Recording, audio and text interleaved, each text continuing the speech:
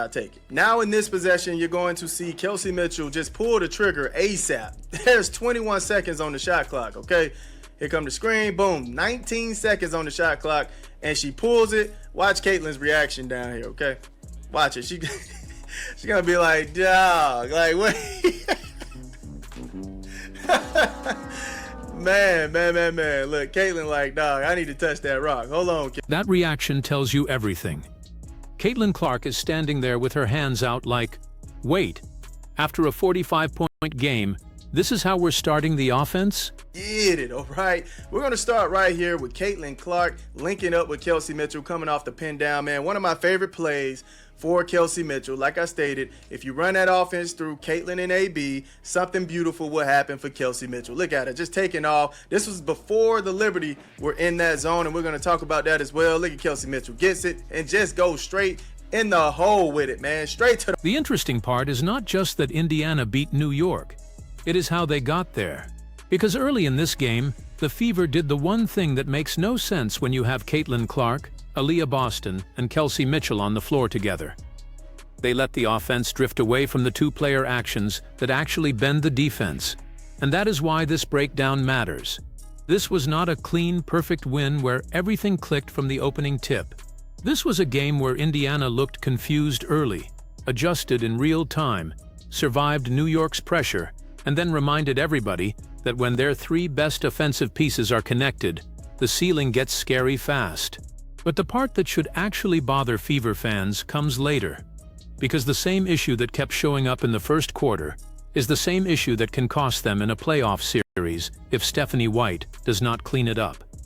Now, I want to kind of point out something about what was going on in that first quarter when they were getting their teeth kicked in, right? Caitlin Clark was barely involved with the offense, honestly. Like, she only took 2 shots around this time. She missed her layup, and then she missed a jump shot. And then, like, in between that and her next shot, that third shot where she went up with a tough shot, it was like 6 possessions where she didn't touch the ball or wasn't really involved with the offense. Now, for the sake of the duration of the video, I kind of skipped around to not show all of that, but you're going to see it right here. So she gives it to Lexi. Lexi just drives in, right? And I didn't understand why she was driving in like this. Like, you got to see Caitlin's reaction. Watch this. she like, yo, Lexi, what is this? Now, Marine tried to make this shot. She was killing us in that first quarter, man. Ended up missing it. Aaliyah Boston comes down with it. Now, this is a moment where you're going to see Caitlin Clark actually say, nah, I'm not giving it to Kelsey Mitchell right here. So she gets it. Look, and you see Mo, she's asking for her to throw this ball to Kelsey Mitchell because she's about to set this screen, and it's going to be a wide open shot right here, right? Wide open shot. But watch what Caitlin does right here. She looks, and she's just kind of like, nah, you're good. Look, Mo throws her arms up. Look at her. Look at Mo. Mo like, all right, I don't know what we doing. But Caitlin Clark can see the entire floor, sees things that other people can't see, sees the mismatch down here in the paint, and just floats it to Aaliyah Boston and gets away. This is the first big layer of the game. Caitlin Clark is not just a shooter. She is the player on this roster who sees the possession 2 passes before everybody else. That sounds obvious, but this clip is the proof. The easy read, the normal read, the read most guards probably make is to swing it toward Kelsey Mitchell coming off the screen. Kelsey is dangerous. She is moving, and New York is worried about her. But Caitlin looks at that and turns it down because she sees something better. She sees the mismatch underneath. She sees Aaliyah Boston with position. She sees the defense tilted one way, so she throws the ball where the real advantage is. That is the difference between running plays and running offense. A play says, throw it here because this is where the action is designed to go. A real point guard says, no, the defense already gave us something better, so we are skipping the script. Now Boston has to finish that. That part is fair. If you are going to build the offense around the Clark-Boston connection, Boston has to punish those seals, those duck-ins, those early post windows. But the process is exactly what Indiana should want. Caitlin is not hunting a highlight. She is creating the cleanest shot available. And that is why it was so strange that, for stretches of that first quarter, the ball stopped finding her. Not because every possession has to end with a Caitlin Clark shot. That is not basketball. The problem is when she is not touching it, not manipulating the defense, not forcing New York to react. Indiana starts playing like a normal team. And Indiana cannot afford to be normal. Here, I'm thinking they're going to throw it down and maybe try to make the zone panic, but Kelsey throws it to Caitlin. Now, at this point, there is 5 seconds on the clock, all right? On the shot clock. Y'all can't see it, but Caitlin throws it. Now it's 4.5 seconds. Now, I want to back it just a little bit because right here is 4.7, and I wouldn't even try to bounce the ball or try to shoot. I would have just threw it straight to Lexi here because this is a 2-on-1 situation. And the way you beat that zone is moving the ball around. So I think if Kelsey Mitchell would have threw the ball one more time, Lexi could have shot this, because that is a good amount of space for her to get that shot off, right? But she ended up deciding to shoot it, and oh no. This is where the zone conversation starts. New York was not just casually sitting back. They were trying to shrink the floor, keep bodies near the paint, and make Indiana prove they could move the ball quickly enough before the shot clock got ugly. Against a zone, the ball cannot stick. You have to move it before the defense gets comfortable. You have to force the middle defender to choose. You have to make the weak side move before they are ready. That is why the one more pass matters so much here. Kelsey catches it with time running down, but Lexi Hull is sitting in the kind of space that makes a zone nervous. It is not wide open forever. It is open for a second. That is the window. And these are the margins that separate a good possession from a wasted one. New York wants Indiana to take that first acceptable shot. Indiana has to hunt the best shot. When the Fever do that, the zone cracks. When they rush, New York wins even if the shot is technically makeable. This is also where you start to see the chess match. New York is saying, we are not letting Caitlin and Kelsey just play downhill all night. Indiana has to answer by using Boston at the nail, using Caitlin's gravity off the ball, and forcing the defense to rotate side to side. The answer is not panic. The answer is patience with pace. Move quickly, but do not rush the read. Now we're going to get into the 6 possessions before Caitlin actually take a shot, right? Now remember, this lady put up 45 points in the last game, man. All right, so it's just interesting to see that they went this route in the first quarter. So Lexi brings it up. I think they were having some trouble in the backcourt. Aaliyah Boston gets it, and she tells Caitlin, hey, go down and set this screen, right? Caitlin being a good teammate, she's like, all right, I got you. Don't worry about it. Boom, sets the screen. Here comes Kelsey Mitchell off the stagger. And you can see Caitlin wants this ball, man. Look at that hand up, all right? She wants this ball. Now, honestly, I'm not mad at this because Kelsey Mitchell is wide open, all right? She can knock this down 9 times out of 10. Good spacing. I'm fine with that. And honestly, most players are not seeing this behind them, honestly, in real time. So I'm not mad at the decision here because she does, bang, knock that thing down, right? All right, cool. You missed her. Cool. I don't know if that was the play or not, but cool. I mean, it's a wide open shot. I'll take it. Now in this possession, you're going to see Kelsey Mitchell just pull the trigger ASAP. There's 21 seconds on the shot clock, okay? Here come the screen. Boom. 19 seconds on the shot clock, and she pulls it. Watch Caitlin's reaction down here, okay? Watch it. She's going to be like, dog, like, wait. Man. Look, Caitlin like, dog, I need to touch that rock. Hold on. Now this stretch is the uncomfortable part. Caitlin Clark had just come off a 45-point, 10-assist performance. That matters because defenses do not treat that like a regular box score. The next team is supposed to come in terrified of letting her breathe. So when Indiana opens a game and Caitlin is barely involved for multiple possessions, that is not just a small tactical mistake. That changes the temperature of the game. Look at the body language. She is lifting the hand. She is available. She is reading the floor. She is waiting for the ball to come back. And Kelsey Mitchell is not wrong for taking open shots. That has to be said. Kelsey is an elite scorer. If she gets clean rhythm looks, Indiana should live with a lot of them. But there is a difference between Kelsey taking good shots inside the flow and Indiana accidentally turning Caitlin into a decoy for too long. A decoy is powerful when the defense is overreacting, and you are using that overreaction to create something else. A decoy becomes a problem when your best decision maker is standing there uninvolved while the possession turns into one pass, one screen, one shot. That is the balance Indiana has to find. Caitlin does not need to shoot every time. She does need to touch the ball enough to organize the possession. Let her drag two defenders. Let her hit the short roll. Let her throw the skip. Let her make the pass that creates the pass. Because once she is iced out, she starts looking for her own rhythm in harder places, and that leads directly into the next issue. Now in this play, you're going to see Kelsey Mitchell miss Caitlin again, all right? So she gives it up to KK. Kelsey is coming around here, right? Caitlin's coming around here as well. Now, mind you, remember, Jonquel is not moving from this paint. Johannes is way up here worrying about Kelsey Mitchell. This is a wide open shot for Caitlin Clark. And you're going to see, look, Jonquel yelling her vocals away, man. I mean, her voice is going to be gone by the end of this play. Look how hard she's yelling because nobody is guarding Caitlin Clark in this corner. Johannes is way too high. And you're going to see Breanna Stewart pointing like she's telling on somebody. Look at this. And Caitlin, once again, wants this ball, arms up. She's like, yo, throw it to me, dog. And Kelsey Mitchell just takes off, not throwing it. You see Caitlin throwing the arms around. You know she's tired of it then. You know she's tired of it. But Kelsey swings it around. They still find a way to get a nice bucket off of it.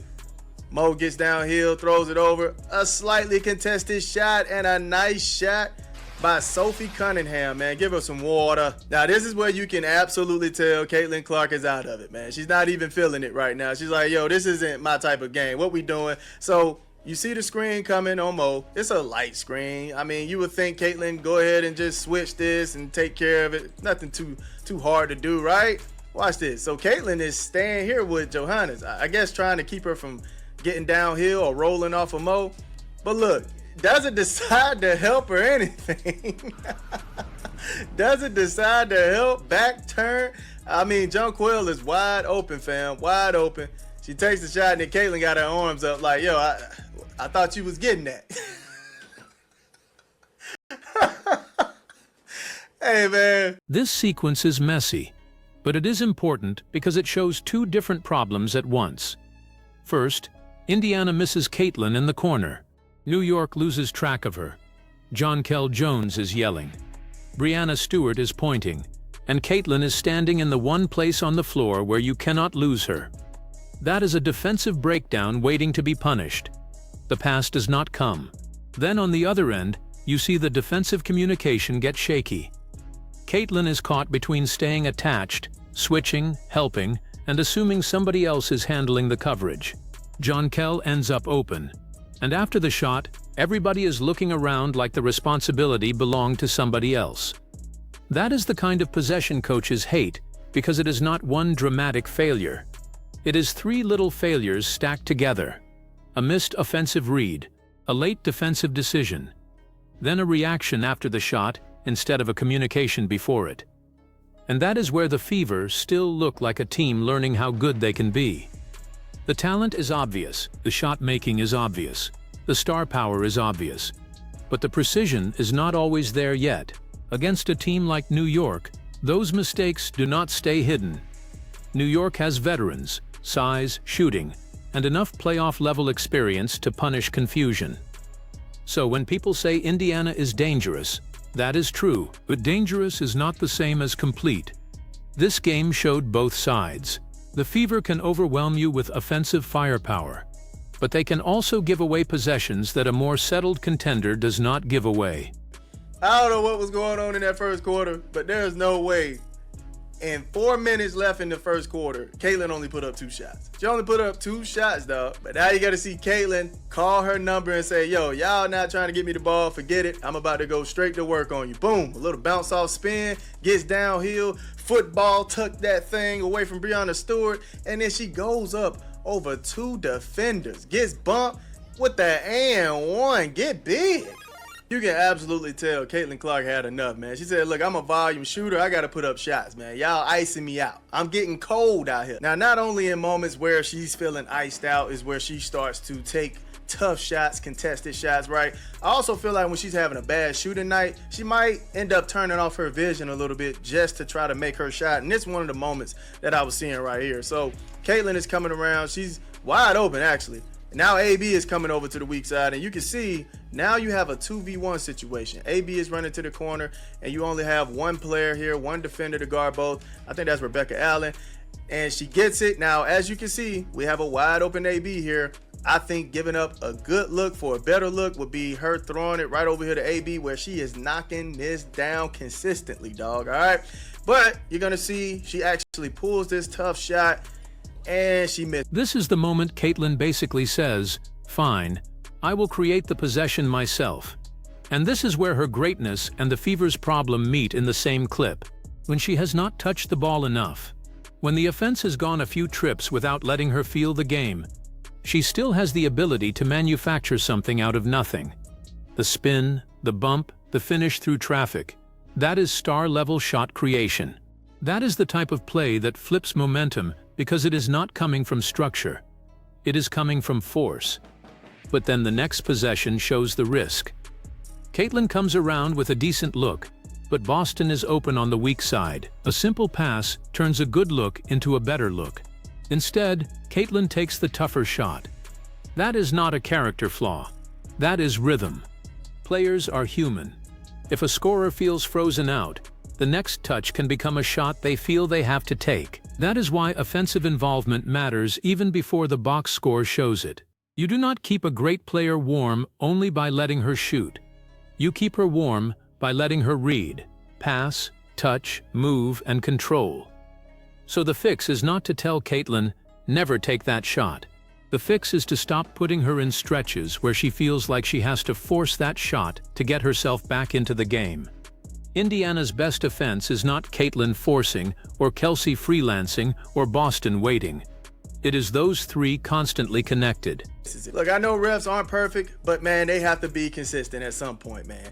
Caitlin Clark got called for an offensive foul where they were saying she moved her arm or pushed whoever was guarding her. I forgot who was guarding her, but they were saying she pushed her defender. But watch this, and I'm gonna slow it down so y'all can see it. So she's coming in, and you're gonna see Rebecca Allen actually push her with two hands. Look at this, two hands, boom, look at this. And then she put up the shot to try to get the foul. No foul call. You can see her arms up like, yo, what? So we not calling that on me then? Okay, I see what's going on. Big board by KK, get big, and a nice bucket. I like that. And now we get to the officiating layer, because this game had moments where the whistle did not match the contact. On this play, Rebecca Allen gets two hands into Caitlin. Caitlin tries to play through it, and there is no call. That becomes frustrating because earlier, Caitlin has been called for offensive contact on actions where the standard looked different. The key word is standard. Nobody is asking for a whistle every time Caitlin gets touched. Basketball is physical. The WNBA is physical. Playoff-style basketball is supposed to have contact. But if a ball handler gets called for creating space one way, then a defender using two hands has to be judged with the same seriousness. This is where fan frustration comes from. It is not just one missed call. It is the feeling that the line keeps moving. One possession, the contact is play on. Another possession, similar contact becomes a foul. And when the player involved is someone who handles the ball as much as Caitlin Clark, those inconsistencies become magnified. Still, Indiana cannot build its identity around waiting for calls. The best answer is what happens when they keep playing through it. Move the ball, attack the advantage, crash the glass, make the next rotation. Because when the Fever turn frustration into pace instead of complaints, they are much harder to deal with. Now, I did want to show this play because I think Mo needs a little bit more patience when she goes into that paint, man. So watch how this develops. So you see the screen coming, boom, nice screen, right? We got her out of the play. That's beautiful work. She gets this ball, and you can see this developing on the side right here. KK, she's going to come and set this screen. Kelsey Mitchell's going to slide this way. They're trading places like Usher. And when Sabrina turn around, she's going to run right into this brick wall. That's a wide open shot off the one more pass. Once she gets like, I'll say she gets like right here. Then she can throw it over here. I know it looks a mess, my bad, but y'all see what I'm talking about. But instead of doing that, she's driving right into traffic, man, playing Frogger on the court. Like, what? What are we doing, man? Come on, baby, and gets blocked. Like, Mo, be patient. This is the kind of possession that separates a highlight team from a disciplined team. Monique Billings has the ball. The defense is shifting, and there is a cleaner action developing if she waits half a beat. Kelsey is moving into space. The screen is coming. The defense is about to get caught looking one way while the shot opens somewhere else. Instead, the drive goes straight into traffic. It is not selfish in some dramatic way. It is just rushed, and rushed decisions against a set defense are exactly what New York wants. They want you driving into bodies. They want you taking the first lane that looks open. They want you thinking the paint is available when really it is a trap with length waiting at the rim. This matters because Indiana has enough scoring that they do not need to force average chances. They can create great chances if they are patient enough to let the possession breathe. That is the difference between a team that wins because its stars are hot and a team that wins because the process travels. When the playoffs get tight, there will be nights where the first option is gone, the whistle is not friendly, and the jumper is not falling. That is when your habits show. Do you hit the one more? Do you wait for the screen? Do you trust the spacing? Or do you run into three defenders and hope talent saves the possession? Indiana's talent saved a lot in this game, but the habits still need sharpening. Patient, man. Now, in this play, ultimately, you're going to see Caitlin Clark get Aaliyah Boston open, but I want to kind of talk about some things that developed in this play. So this is a play for Caitlin Clark first, right? And this is how you know. So it's a screen right here for Lexi. Then she's going to come around. It's supposed to be a screen-to-screener moment. So Caitlin's supposed to come around. AB set this screen, and since they're playing zone and trying to hug this little area down here, this is a wide open three for Caitlin Clark because we're getting a beautiful screen at the top, right? But shout out to this defender. She's playing some great defense. Ended up getting in front of Caitlin before she can get around. Kind of messed her up a little bit. Now, the thing is, I need you, AB. Square them shoulders off, man. Why are we standing slanted? Come on now. What are we doing? I need you standing. Hold on. Let me remove it. I need you standing like this. All right, I need you standing like this, even if you're handing the ball off, because if you're squared off, she's going to run right into that, and then Caitlin can still come around and get some work done, right?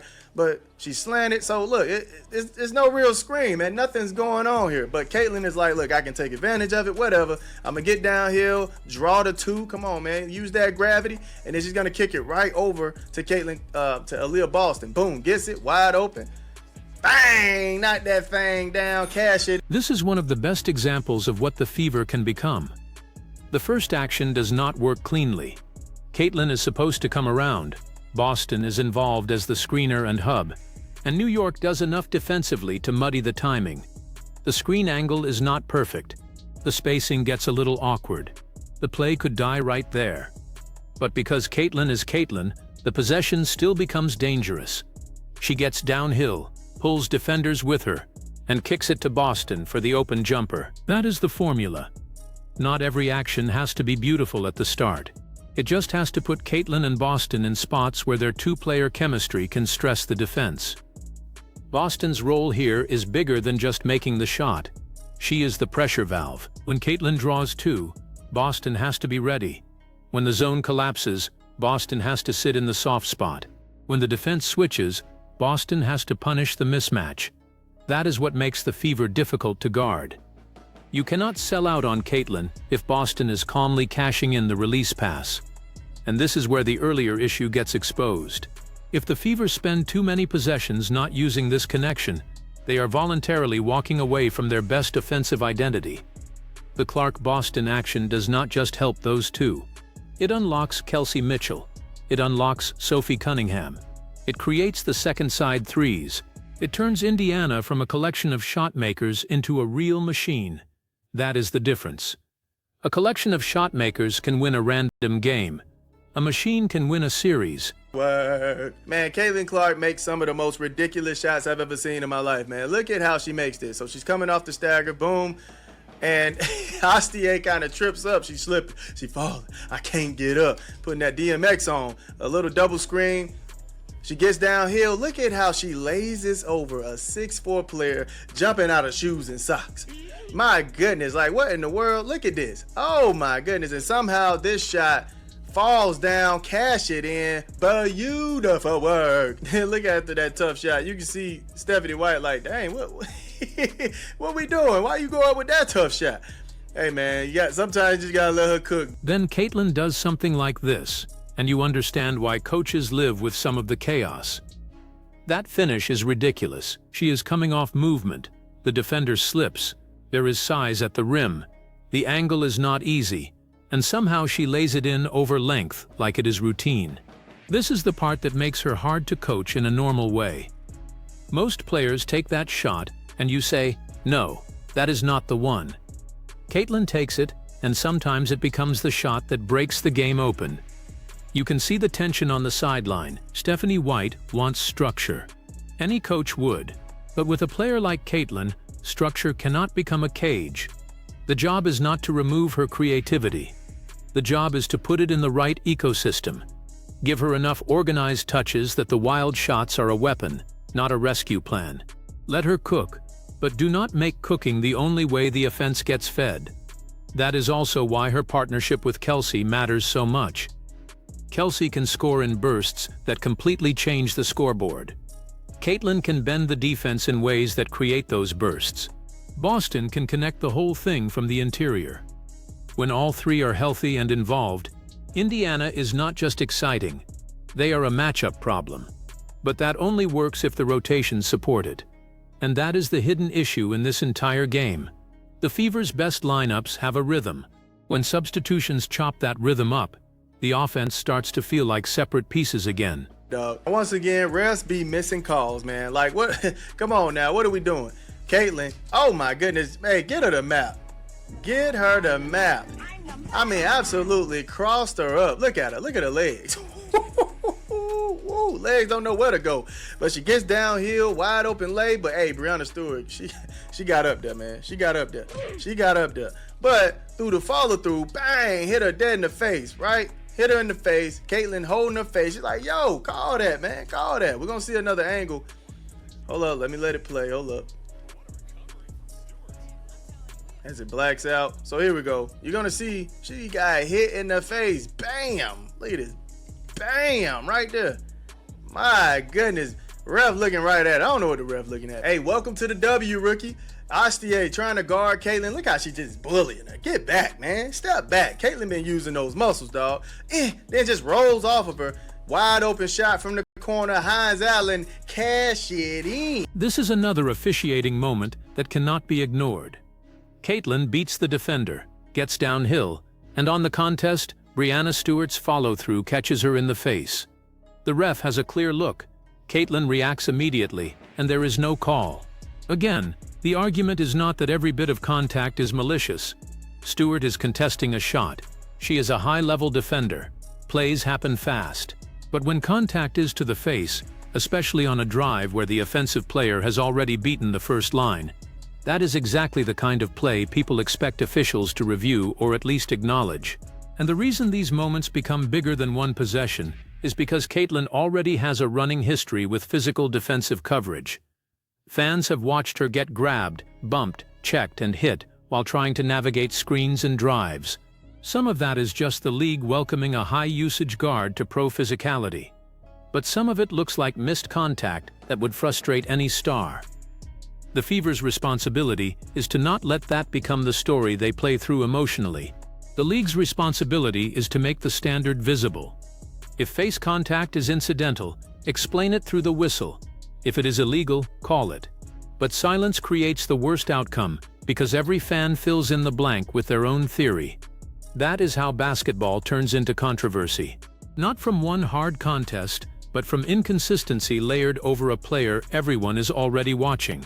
By Caitlin, man. This is why I love this backcourt, man. This backcourt is absolutely ridiculous, man. Watch how Caitlin and Kelsey go to work on Rebecca Allen. Watch how they both just know what to do. So Kelsey is looking at Caitlin right now, and Caitlin is looking at Rebecca Allen and Kelsey Mitchell. And one thing Rebecca Allen is failing to do right here is keeping her hand on the player she's defending. And Kelsey Mitchell just slides by her. Caitlin sees this. She's like, oh, you're not stopping this back door. One false step, and Caitlin is going to take advantage of you. Boom, back door. Look at this, man. Check your pockets. Check it all, man. You're missing something. That pocket pass was ridiculous work, and it's an and one. Now this is the fun side of the breakdown. Caitlin and Kelsey on the same wavelength is a nightmare.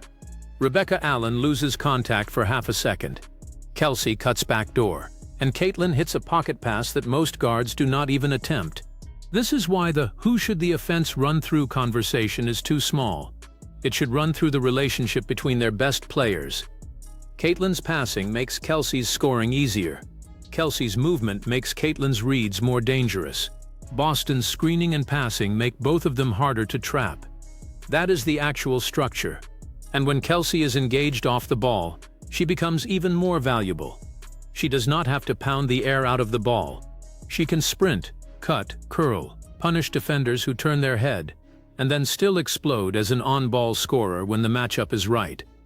That is how Indiana can avoid the early game problem. They do not have to choose between Caitlin touches and Kelsey shots. They have to use Caitlin touches to create better Kelsey shots. That is the championship version of this offense. Caitlin as the advantage creator. Kelsey as the advantage punisher. Boston as the interior connector.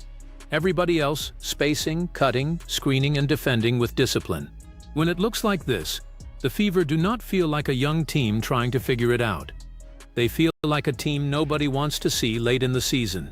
Now, one thing we remember about these two teams meeting last time was that full court press gave the Indiana Fever a headache, dog. They look like they didn't even know how to play basketball anymore. But in this game, I can say, man, the Indiana Fever actually picked it up and impressed me, man. It looked like they knew exactly what to do. Watch how they just get up the floor, hot potato it, good pass, great pass. Ty gets downhill, gives it to Caitlin, back to Ty. This is wide open work. Look, Jonquel once again yelling her vocals away, and it's a wide open shot. She missed it. This part matters because it answers something from the last time these teams saw each other. New York's full court pressure had bothered Indiana before. It made the Fever look rushed. It sped them up. It created that feeling where every inbound and every catch came with stress. In this game, Indiana handled it better. Not perfectly, but better. The ball moved up the floor with more trust. They did not let the press turn into panic. They used quick passes, got the ball to the middle, and found open space before New York could fully set the trap. That is growth. It may not show up in the same way as a deep three or an and one, but it matters just as much. Playoff teams test your weaknesses repeatedly. If a pressure defense bothered you once, they will bring it back until you prove it no longer works. Indiana gave New York a different answer here. And this is why the Fever's development is so interesting. They are not just adding points, they are adding solutions. The first version of the team had star power but could get rattled. This version still gets messy, but it is starting to respond. That is a real step. The next step is doing it for 40 minutes, not after the early confusion. Not only once Caitlin gets annoyed enough to take over. From the first possession, the Fever have to know who they are. Man, we got to see how Caitlin Clark did Marine Johannes dirty right here, man. I mean, absolutely left her in the dust. Fakes the shot, gets downhill, right? Makes her open up her stance. Boom, come back here. Brings her back. Now, she already hurt her ankle or something earlier in the game, Johannes. She already hurt her ankle. Caitlin, you ain't have to do it like this.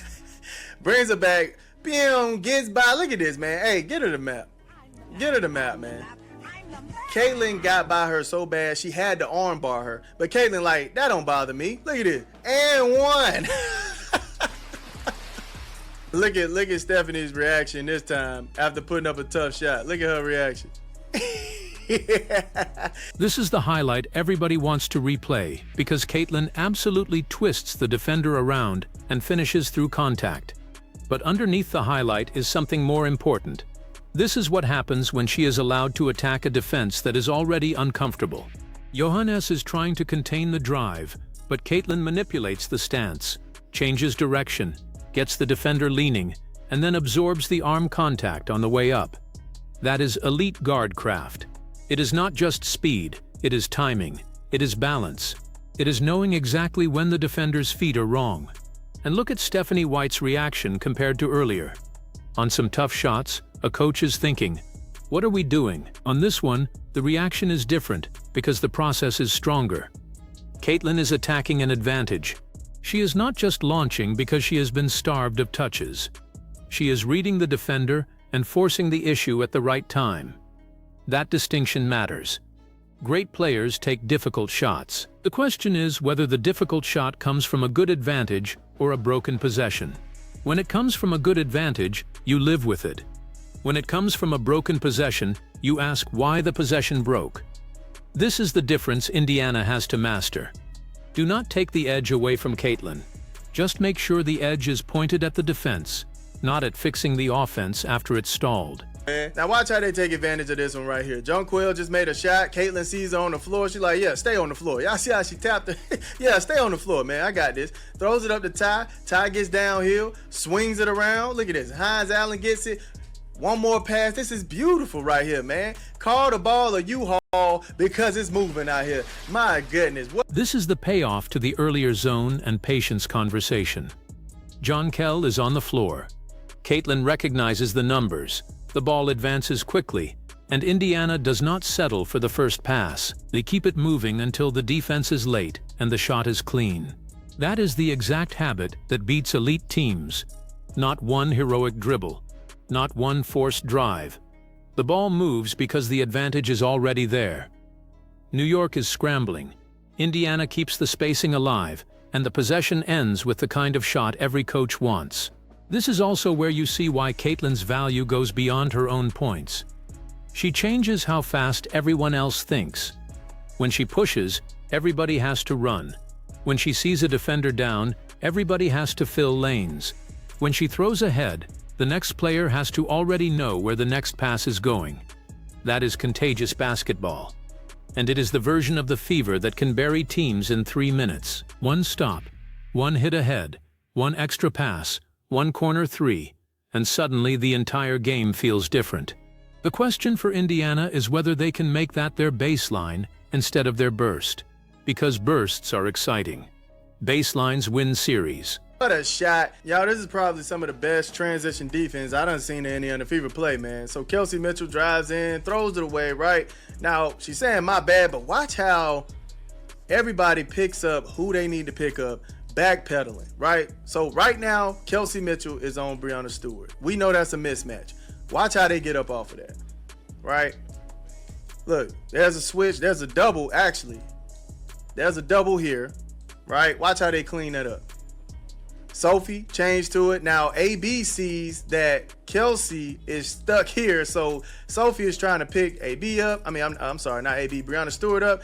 AB is trying to help with this. And then Sophie is going to come over here and guard AB's assignment. Look, man, that is beautiful defense. This might be the most underrated clip in the whole breakdown. Kelsey turns it over, New York has a chance to run, and Indiana's transition defense actually organizes itself instead of melting down. Watch the communication. They identify the mismatch, switch out of it, cover for each other, and take away the easy look. That is the kind of possession that tells you a team is starting to trust its rules. Nobody is standing still pointing after the damage is done. They are solving the problem while the play is still alive. For a Fever team that has had stretches of defensive confusion, that is a major sign. Offense is always going to get the attention because Caitlin and Kelsey can produce viral moments every night. But if Indiana wants to be more than a dangerous offensive team, this is the stuff that has to travel. Transition defense, early communication, scramble rotations, knowing when to peel off and when to recover. New York is too talented to gift them easy points. Stewart, Ionescu, Jonquil, Johannes, Allen, they all punish poor matchups if you let the possession stay scrambled. Indiana did not let it stay scrambled here. They cleaned it up. And when the Fever combine this level of defensive urgency with their offensive firepower, that is when the conversation changes. It stops being, can they entertain? It becomes, can they actually beat elite teams when the game tightens? This clip says the answer might be yes, but only if this effort becomes consistent. That's for that, man. Once again, my backcourt is better than your backcourt. I don't care, man. Watch how Caitlin gets downhill, come back. Let me give it to Kels. Kels gets her out of shoes and socks with the pump fake. Now Caitlin is curling around that. Kelsey sees it. Don't even look at it. She just throws it over the shoulder. It's a little off, but Caitlin still gets it. A little fake. Get her unbalanced. Bang! Woo, man, this backcourt is disgusting when they have it going. This is the backcourt vision. Kelsey uses the pump fake. Caitlin curls into space. Kelsey throws it over the shoulder, and Caitlin still turns a slightly imperfect pass into a clean shot. That is chemistry. Not perfect execution, but shared understanding. The best backcourts are not just two guards taking turns. They create problems together. One guard bends the defense, the other relocates. One guard draws the closeout, the other punishes the rotation. One guard makes the simple pass, the other turns it into a dagger. That is why the "my backcourt is better than your backcourt" line hits. When Caitlin and Kelsey are connected, it is not just about their individual numbers. It is the pressure they put on the defense's attention span. You cannot relax on either one. You cannot overhelp from either one. You cannot assume the play is dead just because the first action did not work. And this brings us back to the real answer of the video. The Fever did not just beat New York because one player got hot. They won because, after a sloppy start, they found the formula again. Caitlin had to be involved as the organizer. Kelsey had to be unleashed as the scorer. Boston had to be used as the connector. The supporting cast had to make quick decisions, and the defense had to survive enough possessions to let the offense take over. That is the blueprint. The concern is how long it took them to get there. Man, and I got to show love to this play, man. Kelsey Mitchell with a ridiculous three, man. Gets the steal, she's coming down, going coast to coast, shoots it, gets bumped mid-air and still hit the shot, man. Man, what in the world is Kelsey Mitchell on, man? We've seen it for the past couple seasons now, where she becomes ridiculous and people start saying, man, is she trying to win the MVP? We done seen this a few times, man. So with Caitlin Clark, Aaliyah Boston being healthy, man, this three-headed dragon are becoming extremely dangerous, man. I just need Stephanie White to fix the rotations. But y'all let me know how y'all feel about the breakdown. I love you guys. Kelsey Mitchell closing this breakdown with that kind of shot is perfect, because it reminds everybody that Indiana's ceiling is not just Caitlin Clark magic. Kelsey can look like an MVP-level scorer when she gets rolling. Boston gives them interior balance. Caitlin gives them the engine. That three-headed dragon is real. But the final takeaway cannot just be excitement. It has to be pressure. Stephanie White has to fix the rotation rhythm. Indiana cannot keep opening games by letting Caitlin drift away from the ball for long stretches. They cannot rely on frustration to wake up the offense. They cannot wait until the second or third adjustment to start using their best connections. Because against New York, they had enough shot-making to survive. Against a locked-in playoff team, that slow start might be the whole game. A bad six-possession stretch in July is a film room lesson. A bad six-possession stretch in September can send you home. So this win should scare the rest of the league, but it should also challenge Indiana. If this is the version where they start messy and still explode, imagine the version where the offense is organized from possession one. Imagine Caitlin touching the ball early, Boston punishing the middle, Kelsey flying off movement, Sophie spacing the weak side, and the defense communicating like it did in that transition sequence. That team is not just fun. That team is dangerous. So now the choice is simple. Are the Fever already becoming a real contender? Or are these same rotation and offensive flow issues still the thing that can stop them when the games get tighter? Drop your call in the comments, hit like if you want more film breakdowns like this, and subscribe so you do not miss the next one.